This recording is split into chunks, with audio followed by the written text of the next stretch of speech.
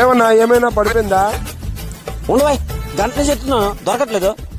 గంట నుంచి ఎదుగుతున్నా దొరకట్లేదా? బంగారం ఉంగరమో చైనా అయి ఉంటుంది. ఎదుగు చూస్తే డబ్బులేమి ఇస్తాడు వ్యాపారం లేదు. దేశంలో పక్కోడు పని మీద ఉన్నంత ఇంట్రెస్ట్ సొంత పని మీద ఉండదు జనాలకి. అన్న 5 కేజీలు చికెన్. 5 కేజీ చికెన్ అమ్మితే 100-200 వస్తుంది. అదే అది చైనా ఎత్తుకు పెడితే ఇంకో 2000 ఇస్తాడు. చికెన్ అయితే అరే నీ అబ్బా అమ్మయ్యా దొరికింది. ఏం చేద్దామంటావు మరి? దొరికిందా? చూపించు.